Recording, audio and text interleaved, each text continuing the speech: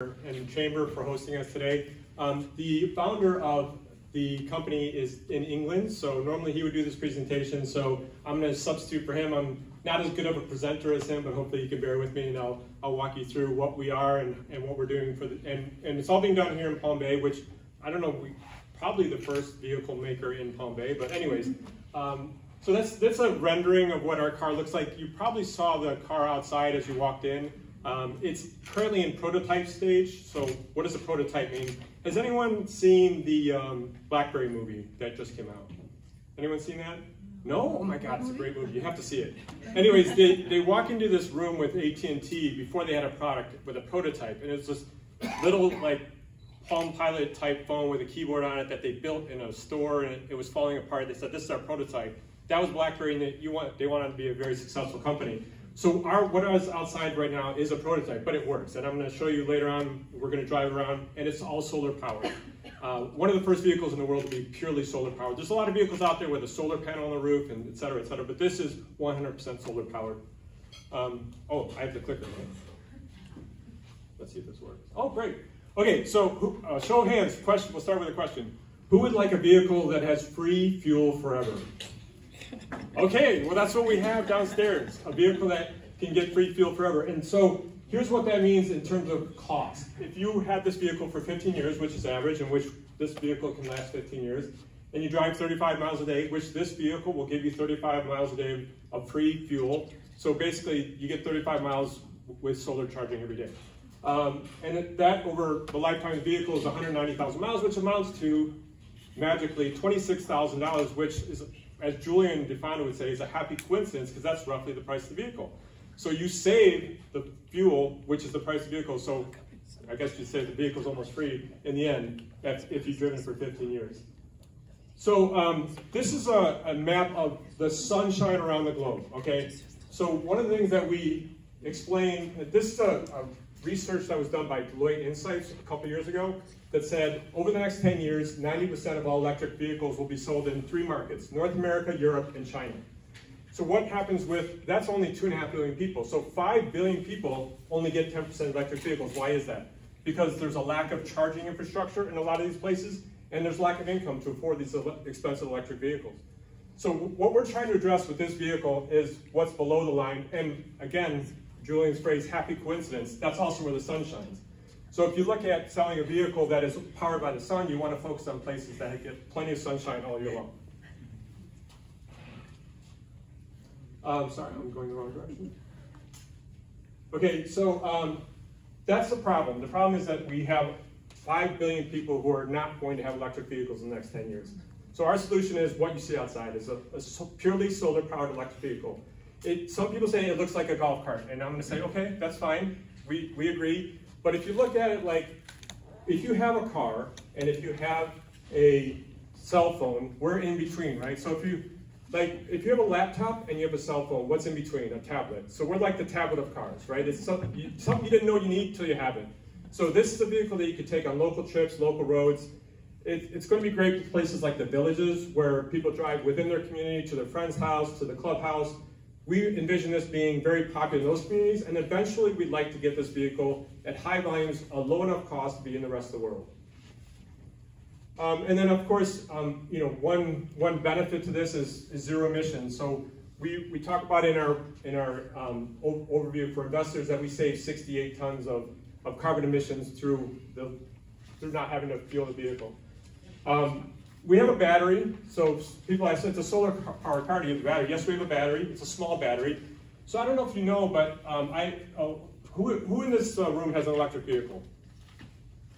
That's it? Oh my God. Okay, so most EVs these days have a battery that's roughly 1,000 pounds. Our whole vehicle weighs less than the Tesla battery. So our vehicle weighs 800 pounds, and we have a battery in it, and the battery is about the 10th the size of a Tesla battery. But you do need to store the power from the sun, especially if you want to drive at night. So we have the capability of driving at night, but the battery will get you 70 miles, which, well, that's crazy. I need a battery that goes 300 miles. Well, no, that's not what our vehicle is, at least in this initial prototype. Eventually, we'd like to get to the point, and solar technology will get to the point where a regular car can go 300 miles on a solar panel, but we're not there yet. So this is a step in the right direction. So we can get 70 miles on solar with the battery that we have. And the other thing that we're trying to do with this vehicle is use components that you might find in either like a golf cart or an ATV. So we're trying to use vehicle parts that are highly available with focusing on just a couple key pieces of technology that make us viable. If you're looking at the market today, where are the solar powered vehicles? We see three primary competitors. Those are in the box in the lower right. But all three of those competitors that we're aware of, and by the way, you can't buy one today. None of these companies are selling a vehicle. We're all in production stage. And we're going to be selling a vehicle starting this fall, and I'll talk about that at the end of the presentation. But that's what they look like. The Aptera is based in California. Those other two are based in Europe as companies. They're very different than us. We are, as I said, we look like a golf cart, and it's an open air vehicle, and we're targeting places where you don't need air conditioning, you don't need windows, etc. But what we're targeting is we're targeting the rest of the world. We're not targeting North America, Europe, and China. Although we're happy to sell it to people in Florida if they want to buy this vehicle. That's our launch market. We're going to be doing test drives in all the communities around Florida. How many of you are familiar with a place called Babcock Ranch that's in Florida? The Solar City. So that's one of our target places. It's one of the first cities in the world, maybe in America certainly, that's purely solar powered. So that's an ideal place for a vehicle like this. But we're targeting the rest of the world, which is the 5 billion that we talked about in the first slide. So here's our intellectual property. I don't know if you can see this, but those are the three key areas that we're focused on. The rest of the vehicle, we don't want it to be special. We want it to be high volume so we can keep the prices low. But these are the three areas of the vehicle that we're focused on in Camden and developing, and I'll talk more about the R&D phase. Let's see. So this is the carbon emission slide I talked about, and the gas savings. So we're planning to save 68 tons of fuel carbon emissions over the lifetime of the vehicle. So how fast does this car go, right? That's what everybody wants to know. It's going to be limited in the United States initially to a category called a low-speed vehicle. It's a legal category. It is street legal, but a low-speed vehicle must be legally required to go less than 25 miles an hour. This vehicle outside can go more than that, but we are going to have to restrict it to that speed because if we go higher than that, we have to do things like airbags and other requirements that we're not ready for. So we're going to initially limit it to 25 miles an hour, but in the future, we plan to have a highway-capable vehicle, but we need to walk before we run. And we're planning to sell this throughout the world, and so there's similar categories to the LSV throughout the world. Where is this being done? Here in this building is where we're doing the R&D. And then we're going to partner with a vehicle manufacturer that already has the ability to license the vehicle. That's also in Florida. For the time being, we are going to take 1 or 2 years to get our vehicle manufacturing license, so we're going to be partnered with that other company initially. But eventually, we'd love to bring all the manufacturing here to Brevard County. There's a couple different ways which you could go about, and this is a typical car company will produce the vehicles in one location and ship them around the world.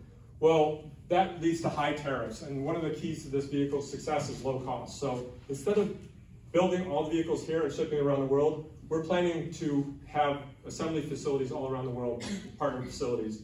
And so in that regard, we can avoid the completed vehicle tariff, which could reduce significantly, in some places, 30% off the price of the vehicle. So it's a key part of our strategy, but all the R&D will remain in Palm Bay.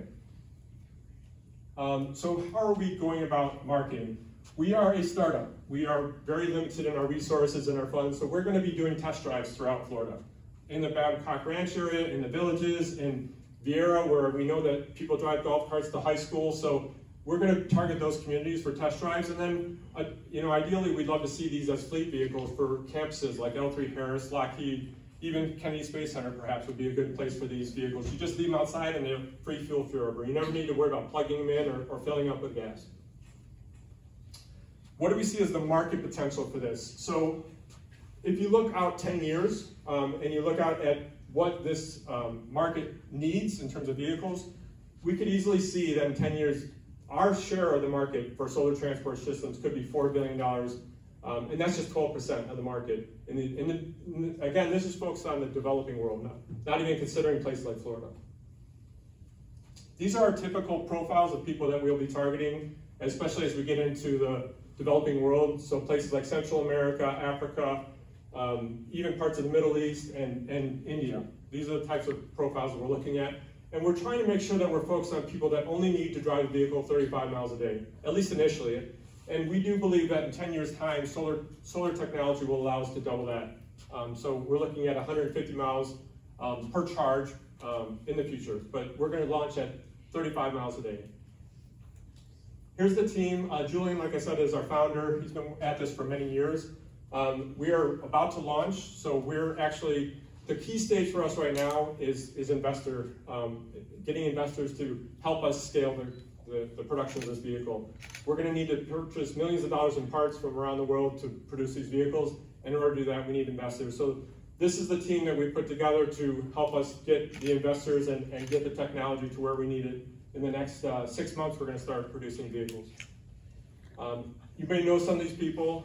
Mike Ennis is on the Economic Development Commission. So, but these are all these folks are giving. It's a volunteer basis at the moment, but eventually, we'll have enough. We're at zero revenue right now. That's typical for a startup. We're planning to get revenue starting in the fall, and then we'll be able to hire people and grow the team. This is, again, talking about where we're at. The key stage for us right now is investors, and we've actually had about 50, we've contacted about 50 investors. A friend of mine just launched a startup, and he ended up talking to 150 investors before he got his $7 million in Series A funding. So it's pretty typical to talk to 100 companies to get, or more, to get funding. So we're about a third of the way through that process. And I will open it up to questions, but I also wanted to jump to the web page. We're going to go outside and I'm going to demonstrate the vehicle. Happy to give a couple test drives if you want. But this is our website, and we're going, if you want to write down the URL, it's not official. We're still in what we call a user acceptance test, but you're welcome to go to this website and try it out. One of the things the reasons why it's still in test mode is because the vehicle is going to look exactly like that, so we don't want to deceive people. There's going to be some slight changes to the way it looks. But that's probably 95% what it's going to look like when it's built. And you can actually create this order today, and this is going to be key to our investors. We're going to try to get 1,000 pre-orders this year. And so I've actually created a pre-order for myself. It's a $100 deposit and refundable. But we're going to start launching, like I said, with test drives around various gated communities and golf communities, and hopefully we can get 1,000 pre-orders. It's a $100 refundable commitment. So we'd love it if you could spread the word. And then we'll do a demo in a minute, but I'm happy to take questions. Yes? How many test vehicles do you have? That's it. We just have one at the moment. It's a prototype. Yeah. Yes? Do you have plans for mobility challenge people to be able to use this? Good, great question.